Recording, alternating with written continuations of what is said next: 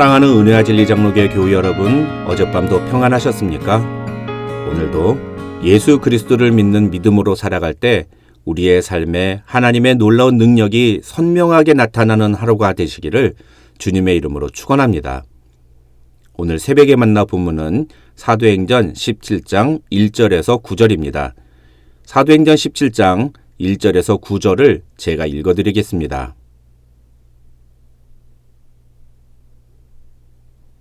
그들이 암비볼리와 아볼로니아로 다녀가 데살로니가에 이르니 거기 유대인의 회당이 있는지라.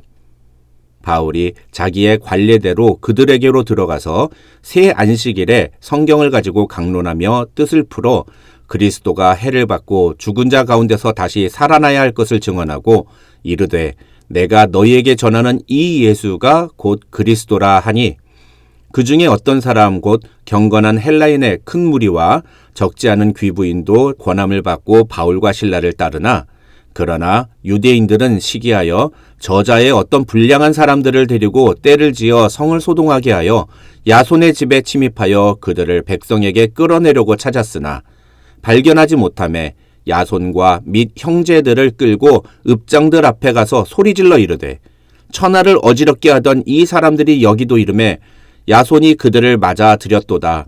이 사람들이 다 가이사의 명을 거역하여 말하되 다른 임금 곧 예수라 하는 이가 있다 하더이다 하니 무리와 읍장들이 이 말을 듣고 소동하여 야손과 그 나머지 사람들에게 보석금을 받고 놓아주니라.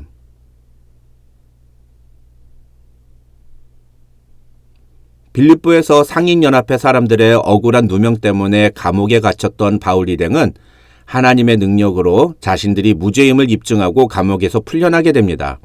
어제도 말씀드렸습니다만 16장 37절을 보면 바울은 그때 자신이 로마 사람임을 이야기하면서 자신들에게 부당한 대우를 한 관리들의 행동에 대해 지적하는데 이것은 관리 입장에서는 청천벽력 같은 이야기였습니다. 만약 바울이 자신의 행동을 로마 정부에 고발이라도 하는 날에는 자신의 정치적인 생명이 끝나는 것이었기 때문입니다.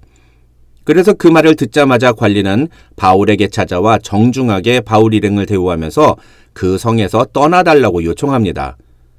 어제 저는 바울이 억울한 누명과 부당한 대우를 받으면서도 침묵하고 그 모든 것을 그냥 감당했던 것은 하나님의 능력을 믿었기 때문이라고 말씀드렸는데 바로 16장 39절은 그렇게 바울이 믿었던 하나님의 능력이 실제로 나타나는 또 다른 순간이라고 할 수 있습니다. 감옥문이 열리고 바울 일행의 발목에 채워져 있었던 수갑이 풀리는 것도 하나님의 능력이지만 자신을 부당하게 대우하고 취급했던 사람이 자신에게 찾아와 그때와는 정반대의 태도를 보이면서 자신을 정중하게 대하는 모습을 보여주는 것도 하나님의 역사하심이 아니면 도저히 보여줄 수 없는 모습이기 때문입니다. 그렇게 빌립보 감옥에서 나오게 된 바울 일행은 16장 40절을 보시면 루디아의 집에 들어가서 형제들을 만나보고 위로하고 빌립보를 떠났다 하고 성경은 말합니다. 이 루디아의 집은 이후에 빌립보 교회가 되는데 그러니까 이 16장 40절에서 바울이 말한 형제들은 빌립보에서 바울이 전도를 통해 얻은 빌립보 교회 성도들을 의미한다고 볼 수 있습니다.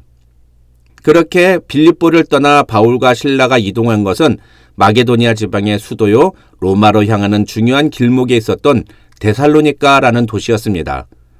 바울 일행은 여기서도 복음을 전합니다. 1절과 2절을 보면 바울 일행은 데살로니가에 있는 유대인 회당에 들어가서 새 안식일 그러니까 3주 동안 성경을 강론하며 복음을 전했고 그래서 4절을 보면 그 중에 어떤 사람 곧 경건한 헬라인의 큰 무리와 적지 않은 귀부인도 권함을 받고 바울과 실라를 따랐다고 성경은 말합니다. 그런데 결론부터 말씀을 드리면 이것이 계기가 되어서 데살로니가는 성 전체가 큰 소동에 휩싸이게 됩니다. 5절을 보시면 그렇게 바울이 전하는 복음을 많은 사람들이 믿고 따르는 모습을 본 유대인들이 시기하여 불량배들을 동원하고 그들로 하여금 떼를 지어 성을 돌아다니면서 문제를 일으키게 합니다. 그리고 야손의 집에 있었던 바울 일행을 붙잡으려고 하는데 바울 일행이 집에 없자 야손과 그 형제들을 끌고 와서 사람들 앞에서 야손과 그 형제들을 공개적으로 처형하려고 합니다. 다행히도 야손과 형제들은 보석금을 내고 그 자리에서 풀려나게 됩니다만 중요한 것은 바울이 전한 복음 때문에 야손과 그 형제들이 매우 위험한 상황에 처하게 됐었다는 것입니다. 6절과 7절을 보면 그들은 야손과 그 형제들을 두 가지 이유로 고발합니다. 하나는 야손과 그 형제들이 천하를 어지럽게 하던 사람들을 맞아들였다는 것이고, 다른 하나는 그들이 가이사의 명을 거역하고 다른 임금, 곧 예수라 하는 자를 자신들의 임금이라고 이야기한다는 것이었습니다. 그런데 그 내용을 살펴보기 전에 우리는 앞서 빌립보에서도 살펴보았던 것처럼 이 데살로니가에 있는 유대인들이 왜 이런 일을 벌였는지 그 진짜 이유를 알아야 합니다. 5절을 보면 성경은 그것을 유대인들이 시기하여 벌인 일이라고 이야기하고 있기 때문입니다. 1차 전도여행 때 비시디 안디옥과 루스드라 그리고 이고니온에서 바울의 복음 전파를 가장 강력하게 반대하고 핍박했던 사람들은 바로 유대인들이었습니다. 그런데 그럼에도 불구하고 바울은 어느 도시를 가든지 가장 먼저 유대인의 회당으로 들어갑니다. 빌립보에서도 바울은 사실 회당을 찾았지만 회당이 없었기 때문에 기도할 곳을 찾다가 강가에서 루디아 일행을 만났습니다. 이렇게 어디를 가든지 회당부터 찾아가는 바울의 모습을 오늘 본문 2절은 자기의 관례대로라고 표현합니다. 다시 말하면 바울은 자기의 습관대로 유대인의 회당에 가장 먼저 들어갔다는 것입니다. 바울은 하나님께서 자신을 이방인의 사도로 부르셨다는 분명한 인식이 있었습니다. 그러나 로마서 9장을 보면 바울은 자신이 심지어 저주를 받아 그리스도에게서 끊어질지라도 자신의 형제요 고륙인 유대인들에게도 복음이 전파되기를 원한다고 말합니다. 그런데 바울이 전한 복음을 제일 받아들이지 않았던 사람들이 바로 유대인들이었습니다. 심지어 유대인들은 복음을 거부할 뿐만 아니라 바울 일행을 공격하기까지 했습니다. 아니, 죽이려고 했습니다. 그런데 문제는 무엇입니까?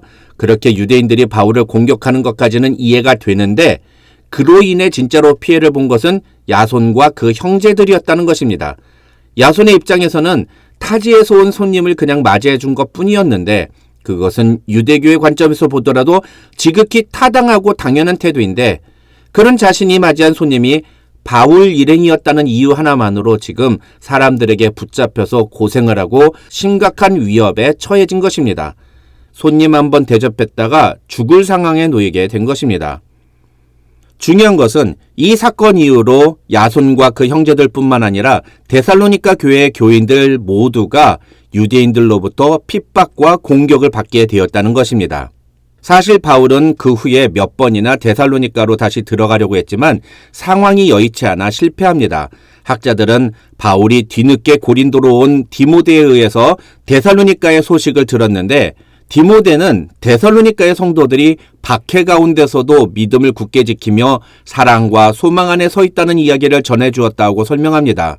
그래서 바울은 그런 데살로니가 교회 교인들에게 편지를 씁니다. 그 편지가 데살로니가 전서인데 중요한 것은 바울이 2차 전도여행에서 가장 먼저 쓴 편지가 바로 이 데살로니가 전서라는 것입니다. 어떻게 보면 바울의 입장에서 2차 전도여행에서 가장 의미 있는 교회는 빌립보 교회라고 할 수 있습니다.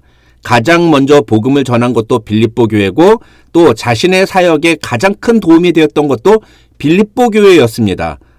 그러나 바울은 빌립보 교회보다 데살로니가 교회에 가장 먼저 편지를 썼다는 것입니다.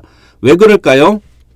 학자들은 자신 때문에 핍박과 공격을 받게 된 이 데살로니가 교회 교인들에 대해서 바울이 많은 마음과 연민의 정을 갖고 있었기 때문이라고 설명합니다. 이 데살로니가 전서 1장 2절을 보면 바울은 데살로니가 교인들에게 이런 말을 합니다. 우리가 너희 모두로 말미암아 항상 하나님께 감사하며 기도할 때 너희를 기억하노니. 이 말은 자신이 기도할 때마다 기억나는 사람이 바로 데살로니가 교회 교인들이었다는 뜻입니다. 왜 그럴까요? 1장 5절에서 바울은 이는 우리 복음이 너희에게 말로만 이른 것이 아니라 또한 능력과 성령과 큰 확신으로 된 것임이라고 말합니다. 다시 말해서 데살로니가 교회 교인들이 복음을 들었을 때 그것을 그냥 말로만 들은 것이 아니라 실제 삶에서 능력과 성령과 큰 확신으로 이어졌다는 것입니다.